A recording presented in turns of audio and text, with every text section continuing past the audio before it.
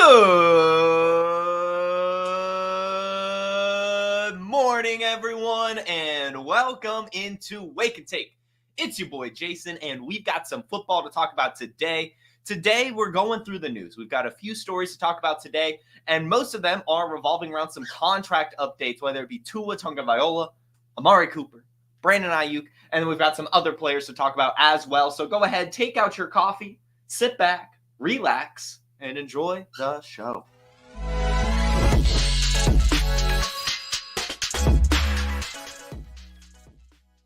And good morning to everyone popping in this morning. If you're tuning in on YouTube, Facebook, Instagram, Twitter, Facebook, thank you very much. And if you're listening on the podcast, again, you can find the Wake and Take podcast via link in the description. Thank you as well for listening. Good morning to you, MV Professor. Good morning, guys.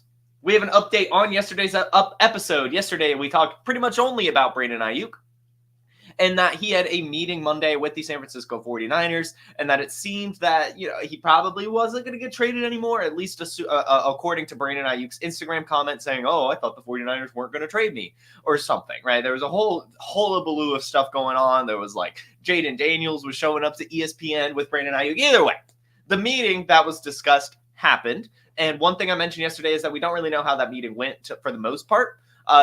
But since that episode, Tom Pelissero, NFL Network's insider, has come out and said that it was a good meeting. This is the full quote. Wideout Brandon Aiyuk requested a meeting Monday with the 49ers brass, and it was characterized as a good one in which both sides agreed to keep working towards an extension. On Wednesday, Pelissero said he would anticipate all parties involved would take some time to enjoy the 4th of July holiday before resuming their work at hammering out a long-term pact. So, two things here. Well, it seems that they are going to wait at least a couple weeks before signing a contract extension or working on it, coming to agreements. Secondly, why are we waiting until 4th of July to sign this? We've got 2 weeks until a week until 4th of July, like a week and a half. Like, you don't need to take that long to figure this out. Like, you can just take the 4th of July weekend to figure this out, right? Or to take a break. Like, it's June 27th. We're not even in July yet, and you're talking about July 4th. What is that about? But whatever. Brandon Aiyuk, it seems, and the 49ers, they both want to be there. As we know yesterday, Brandon Aiyuk said that he wants to be with the San Francisco 49ers and that there's just some disagreement on the contract. We know that Brandon Aiyuk, at least we assume based on reports, that he was offered a $26 million a year contract that would make him one of the highest paid wide receivers in the league. But Brandon Aiyuk does not feel that that's worth enough, or there's maybe something within that contract, like maybe the guarantees aren't high enough. But either way, that particular offer to Brandon Aiyuk was not enough. So we'll see how this develops. But either way, as you guys know, my take here is that I do think eventually Brandon Aiyuk will sign an extension or just play out this 5th-year option and play on a franchise tag next year for about $30 million, which is, if that's what he wants is the money, then there you go. With Deebo Samuel probably moving on from the 49ers next season. But, there's still a world where the Commanders offer the 49ers a big enough trade package to where Brandon Aiyuk goes there. But I still think the most likely outcome is that he signs this extension. They come to an agreement of some sorts, I guess, after 4th of July, which, again, why is that the deadline? It's summer. We already know Brandon Aiyuk isn't doing anything but relaxing, right? Or like causing drama. Like, he's been going out, TikToking, talking with Jaden Daniels and all this stuff. Like, we know he's relaxing right now. Don't try to convince us otherwise, Brandon. But either way, that's where we're at. We'll find out, I guess, in a few weeks what's going on here. But again, the Jason opinion as of right now is that Brandon Aiyuk is probably going to sign an extension at some point. Next contract dispute will be quick with Amari Cooper. Amari Cooper, as we know, sat out from the mini camps, and it was really just to get paid. Amari Cooper is on the final year of his contract, and he's 30 years old. But, he hasn't really shown any signs of slowing down. So Amari Cooper wants to go ahead and figure out a way to give himself either an extension, more guaranteed money, probably an extension, right? Like, that's what he's after here.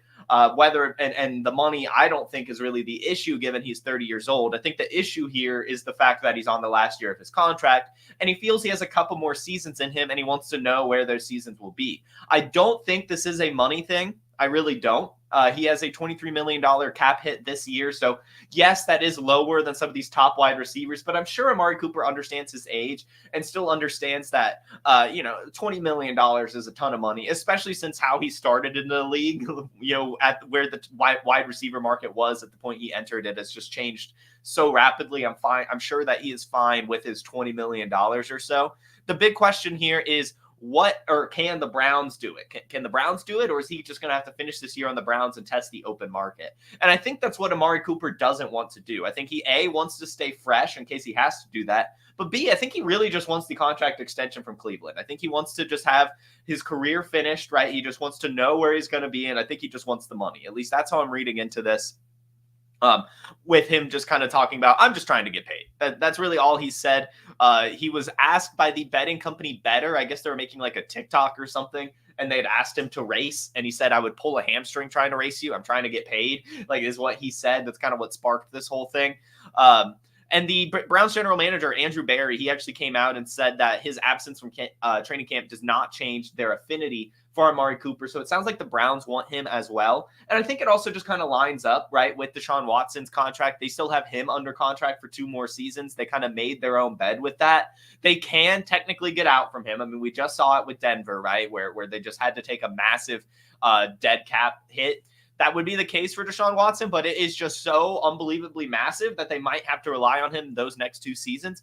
But I mean, I don't know. Like, the Broncos went away from it. So I think if Deshaun Watson is bad, then they might move on. And I think that's probably another reason that there is a little bit of a hesitation with extending Amari Cooper. Like, yeah, they want him there, but there's no point extending a 30-year-old wide receiver if your quarterback sucks. And so I think they really more so want to see what's going on with Deshaun Watson before they really invest more money into Amari Cooper, because they've already, signed Jerry Jeudy to that contract, brought him in. And so are you really going to keep investing in this wide receiver core with an uncertain quarterback, a quarterback that you're paying way too much money, that has taken actually money off the table for you to even be able to extend Amari Cooper?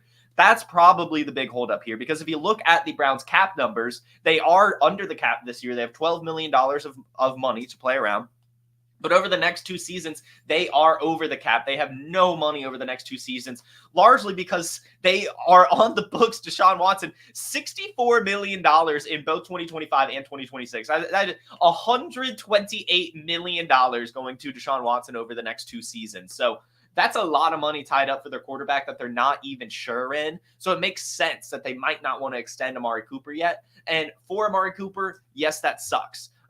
It really does. It sounds like that Amari Cooper is going to just have to play through this season and test the open market next year, unless they come to terms on some, like medium level contract, like just a $20 million over the next 2 seasons type of deal. And I'm not sure that that's what Amari Cooper wants. So we could see a trade, but more than likely, I think that Amari Cooper is going to just play out this year's contract and not really get an extension.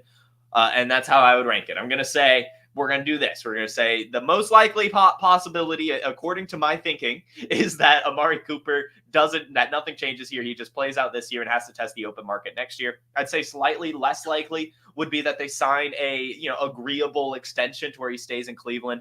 And then the least likely option is that he's traded. I do think that the Browns want Amari Cooper on the team this year, because this is a huge trial year for Deshaun Watson. If he still does not take a step forward, they are going to do whatever they can to get out from under Deshaun's contract, I assume. And I think that would start with cleaning house. And probably a big part of cleaning house would be a 31-year-old veteran wide receiver, Amari Cooper. So I don't think that an extension is likely. It's possible, but I think more than likely Amari Cooper is going to have to play through this contract that he's already signed and test the open market next year. Unless Deshaun Watson ends up being good. But as you guys know, I really do think that Deshaun Watson has lost it.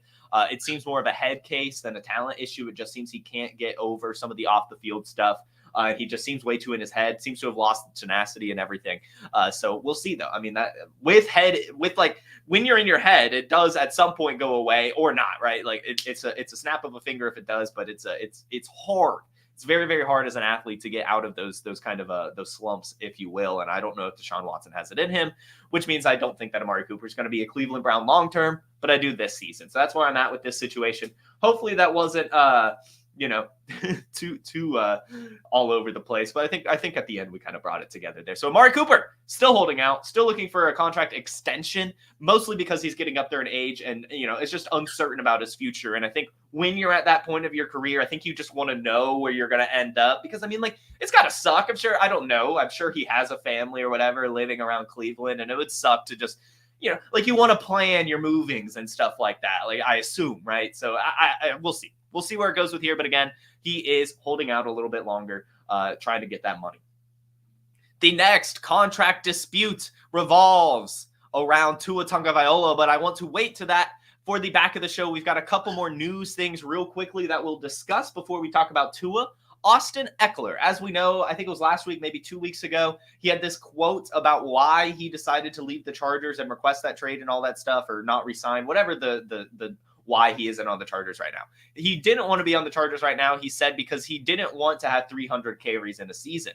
Some people have taken that as, oh my gosh, Austin Eckler doesn't want to be a bell cow anymore. He doesn't think he can handle volume anymore. When simply put, it is quite literally Austin Eckler doesn't want to have 300 carries. He's fine having 300 receptions, guys. But Austin Eckler has never been the type of running back to get a ton of carries and just hurt his body, especially at this point in his career. It makes no sense to use Austin Eckler like that. So he made the right decision, as we've talked about, as I believe, to move on from the Chargers. And they're fine too. They've got Gus Edwards, J.K. Dobbins, and Kamani Vidal. That makes a lot more sense to their philosophy than an Austin Eckler does. And it makes a lot more sense for an Austin Eckler to go to a team that fits his philosophy well. The Washington Commanders fit that philosophy perfectly. This is what Austin Eckler said to Tom Pelissero. This is apparently the Tom Pelissero episode. "You're going to get the best version of myself always, no matter what." There's been this controversy out there like, oh, Austin said he doesn't want 300 carries because that's what the Chargers said. I've never had that many carries ever, so I don't know why everybody's in an uproar. It's not that I don't want to touch the ball. It's the way that I've had the most production is when I'm able to split between catching and running the ball. That is when I've been the most productive, down on the red zone, right out in the field when I can have both those types of environments. And now with Brian Robinson being in the backfield and my old head coach, Anthony Lynn, where I first got my start and first started finding success as my running backs coach, they're going to utilize us in that same type of way is what it's looking like. So I'm going to go right back to my roots of when I continue to have success and continue to build on that in the way that fits Austin Eckler the most. A new team and system isn't hindering Eckler's confidence entering his 8th NFL season. It begs the question, should fantasy owners be looking to select Eckler in the first round this year, asked Tom Pelissero. Austin Eckler said, yes, you should be drafting me in the first round. Let me ask you this. I guess it's a little tough because in the fantasy world, you're judged off your last season. But as far as consistency, when I've been healthy, yes, last year I missed like 4 games with a high ankle sprain, and I came back and sprained my other ankle. But when Austin Eckler has been healthy on the field, he has produced. And so that's the same thing going forward here. If I'm healthy, I'm going to be on the field and I'm going to be producing. You've seen what it looks like when I produce, so you're going to want me on your team. Now, of course, I'm just going to go ahead and say, don't fucking draft Austin Eckler in the first round. I can't believe that they even shoehorned that into the article, and I can't believe Tom Pelissero even asked that. You can just simply ask, should we be drafting you in fantasy football? You don't have to go so far to say that we need to be drafting him in the first round. But either way, I love the confidence from Austin Eckler. As you guys know, I have already coined the Washington Commanders backfield as a great budget option. I really think Brian Robinson's going to get a ton of carries, and I think Austin Eckler is going to get a ton of complimentary catches as well. I think that this will be a very complimentary backfield, and they're both very, very cheap options. And I know that it's player profiler and that we're not supposed to like Brian Robinson, but he has produced. He's had the volume, and he's going to just be the between the tackles grinder. That's going to be fine, getting the volume. And Austin Eckler is going to come in on some of those passing work downs and catch probably a buttload of passes, as this is an air raid offense with Cliff Kingsbury coming out there. We've seen with Dan Quinn during his time in Atlanta, he used a platoon with Tevin Coleman and Devontae Freeman. We saw in Dallas even Tony Pollard and Ezekiel Elliott, right? I mean, granted, he was the defensive coordinator, but still, like his philosophies remain. And so I am expecting, and even in Arizona with Cliff Kingsbury, we had James Conner and Chase Edmonds, a successful season as well. So I think this is going to be a very nice backfield duo to target, to be completely honest with you.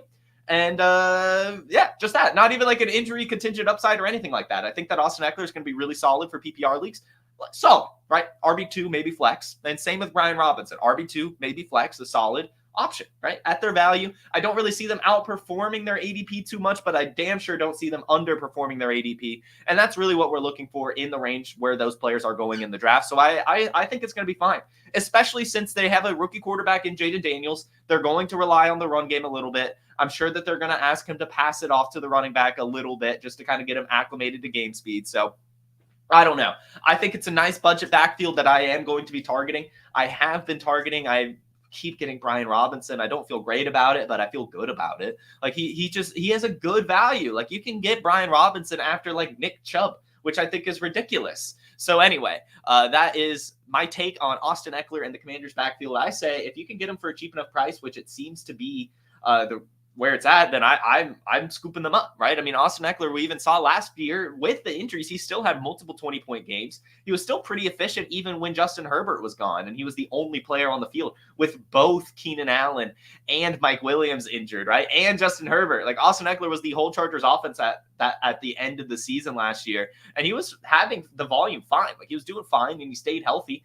It was just that defenses were able to lock onto him a little too much. But I still think he has a ton left in the – no, you're not a ton. He still has a little bit left in the tank, and he's still a very good pass-catching running back with a little bit of juice. So Austin Eckler, a little bit of a value here. Uncle Ted says Kamani Vidal is the value. Yes. I mean, for the Chargers, yes. But Austin Eckler's on the Commanders now. And so I think him and Brian Robinson are values. And I also think that, if anything, if you guys do not believe, here's a little bonus one. Here's a little bonus.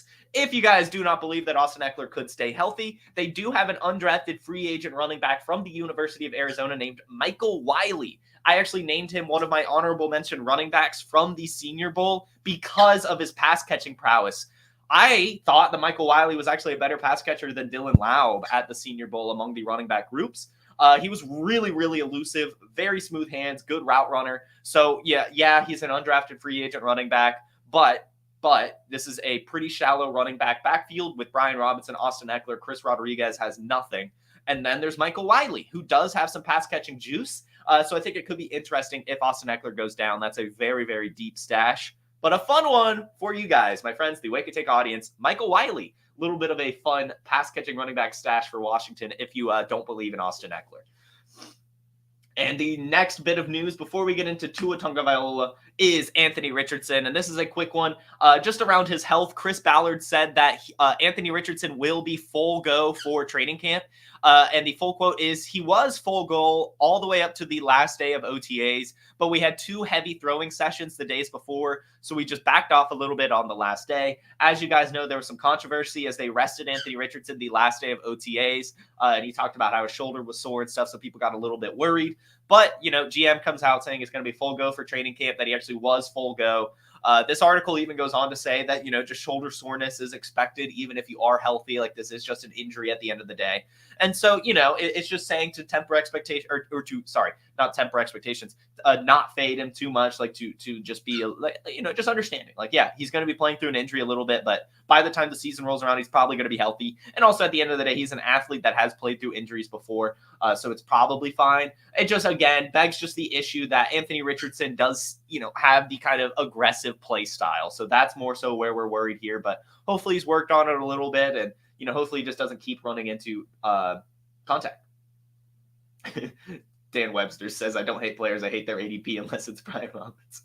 And I keep pressing the button just because it's like, oh, do I take Brian Robinson or do I take Jalen Hyatt? And I'm like, well, yeah, I'll take the starting running back for the Commanders, even if he doesn't have a ton of juice. I think this is a hot take here, I guess, not even on topic anymore, but I think that Brian Robinson might be the new Josh Jacobs. You've got the boring name, the not that athletic, the Alabama running back, the guy who just keeps getting volume, right? I don't know. I think it's a fun comparison, and we'll see. I think Brian Robinson, of course, is still going to be used. That's a backfield I think I'm targeting. But either way, Anthony Richardson is actually what we're talking about here. I still say take those swings on him, guys. If he stays healthy, he's going to be QB1. I have no doubt in my mind. Yes, that's the concern, but I think the upside is worth the risk because even if he gets hurt, he's still going to be quarterback. So, like, when he comes back. And so, if you have Anthony Richardson, which I highly recommend doing, I also highly recommend getting Joe Flacco. We saw what he did last year in Deshaun Watson's absence. We saw what Gardner Minshew did last year in Anthony Richardson's absence. Joe Flacco would probably be a very relevant fantasy quarterback if Anthony Richardson goes down. So I do think that this is one of those cases where it's okay to handcuff your quarterback with Joe Flacco, which is crazy. I know. But yeah, there it is. That's the Anthony Richardson stuff, which leads us to the final bit of news for today, Tua Tagovailoa. But before we get to that, I want to play an ad about the FFPC. Hey, why do we partner with the FFPC? Because they have the widest variety of fantasy football formats, and it's the easiest place to find all types of fantasy football contests in the world. What if you want to play for high stakes? Well, they have a $6 million prize pool with their Fantasy Players Championship. They also have way too early best ball leagues that start in February and dynasty leagues. They have the closest thing to a liquid market for orphans that there is in all of Dynasty. And the FFPC has sponsored us for half a decade because we are actually delivering information that can help fantasy gamers, and they're generating so much interest and bringing in so many new users, casual users even. The FFPC creates a unique experience where you can both compete against the best and make money. Use promo code UNDERWORLD to get $25 off your first team. $25 off your first team at the FFPC with promo code UNDERWORLD. Go get it! Go sign up for the FFPC. Very fun format with some high stakes where you can make some money if you're good at fantasy football, so it's nice. I do recommend doing that. And get $25 off your first team with code UNDERWORLD. So guys, Tua Tagovailoa. About a month ago, like 3.5 weeks, so I'm rounding up here. But we had an article come out about Tua getting antsy over the contract situation. The full quote at the time was basically saying that he was kind of just dancing around everything. It was really weird.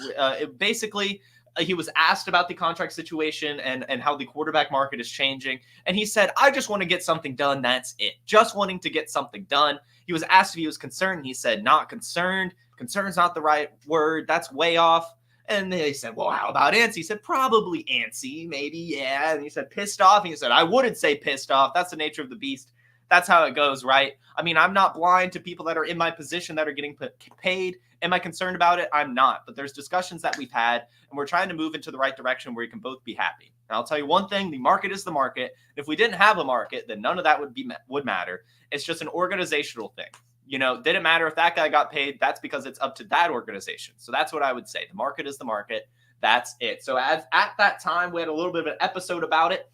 Tua Tagovailoa. At that time, it seemed that the Miami Dolphins were not wanting to extend Tua Tagovailoa to the extent that the Lions had with Jared Goff. They didn't want to make him one of the higher paid quarterbacks in the league, and that seemed to have frustrated Tua Tagovailoa. We talked about it in comparison to Jordan Love, how, he's also having these contract disputes, but he's actually being president and everything, and the Packers are talking very publicly about wanting to extend him and making him one of those higher paid quarterbacks, whereas that is not what we're hearing from Miami. In fact, they're, giving money to Tyreek Hill, they're extending Jalen Waddle, they're doing all these things, but not really anything around Tua Tagovailoa. And it started, 2 seasons ago when he had all those concussions, and they were talking about even, taking the 5th-year option if that was even going to be something worthwhile. And that's, of course, what they have ended up doing. Tua Tagovailoa is not paid well. He is currently under that 5th-year option. And in case you're wondering, that actually makes him the 19th highest paid quarterback with a $23 million, season. That is right behind Geno Smith, but $10 million more than Jordan Love as he's still on his rookie deal. In fact, this $23 million, this 5th-year option would make him the lowest paid quarterback not on their 4-year rookie deal. That's basically how bad it is. Tua Tagovailoa is definitely worth more than $23 million, especially with the way the quarterback market is going. And that's where these frustrations lie. Tua Tagovailoa does deserve a bit of a bigger contract. He's coming off one of his best seasons. And the beautiful thing about it is he kind of laid to rest those injury concerns, at least for one season, right? This was his first fully healthy season. And I would say that the bonus of that was the fact that he spent all of last offseason working on ways to help not get injured, right? He took jujitsu classes to learn how to fall better. He added some weight. So he was able to, soak up some of the hits a little bit better. And he didn't have any concussions. And we saw it, right? It worked. He threw for 4,600 yards. He had almost 30 touchdowns. Tyreek Hill was on pace for 2,000 receiving yards, right? It was incredible, incredible season. And yet the Miami Dolphins are still not sold. And it's very, very questionable why. Reports came out yesterday that the Miami Dolphins are not close in their negotiations with a contract extension for Tua Tagovailoa. In fact, it has been reported that they are not willing to offer a contract anywhere near or similar to the Jared Goff or Trevor Lawrence contracts from this offseason.